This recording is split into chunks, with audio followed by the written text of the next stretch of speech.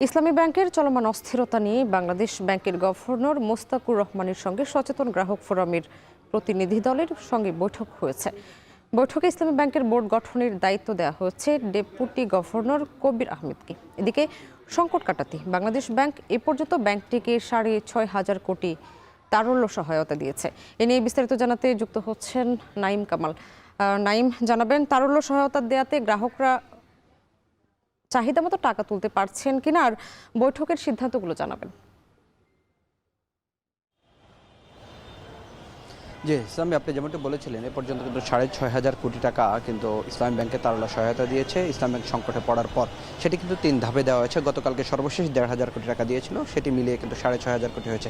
আজকে যেটি হয়েছে, গভর্নরের সাথে কিন্তু সচেতন গ্রাহক ফোরামের একটি প্রতিনিধি দলের বৈঠক হওয়ার কথা ছিল, যেটি 10:30 বাজে কিন্তু গ্রাহক ফোরামের 3 সদস্যের একটি প্রতিনিধি দল, যার নেতৃত্বে ছিলেন নুরুন নবী মানিক, তিনি কিন্তু বৈঠকে অংশ নিয়েছেন। শুরুতে কিন্তু তারা গভর্নরের সাথে সাক্ষাৎ করেছে এবং গভর্নর পক্ষ থেকে কিন্তু একজন ডেপুটি গভর্নর কবির আহমেদকে কিন্তু অ্যাসাইন করা হয়েছিল তাদের সাথে বৈঠক করার জন্য। সেখানে বৈঠক করেছেন এবং তারা তাদের যে 7 দফা দাবি ছিল সেই 7 দফা দাবি তুলে ধরেছেন।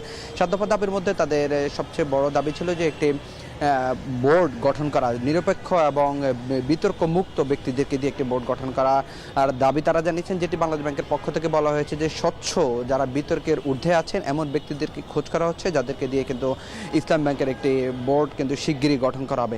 তবে গ্রাহক ফোরামের যারা আজকে বৈঠকে অংশ নিয়েছেন তারা যেমনটি বলেছিলেন যে কোনো ধরনের বিতর্কিত কোনো ব্যক্তি যদি বোর্ডে আসে কিংবা রাজনৈতিক ব্যাকগ্রাউন্ডের কেউ যদি বোর্ডে আসে তাহলে কিন্তু তারা তাদেরকে মেনে নেবেন না। এবং তারা বলেছেন তাদের যে চলমান আন্দোলন রয়েছে, আমরা জিজ্ঞেস করেছিলাম যে বোর্ড গঠনের পরে বা আজকে যে বৈঠক হয়েছে সেটিতে যারা ফলপ্রসূ বলছেন সেই বৈঠকের পরে কিন্তু তারা কি তাদের আন্দোলন স্থগিত করবেন কিনা।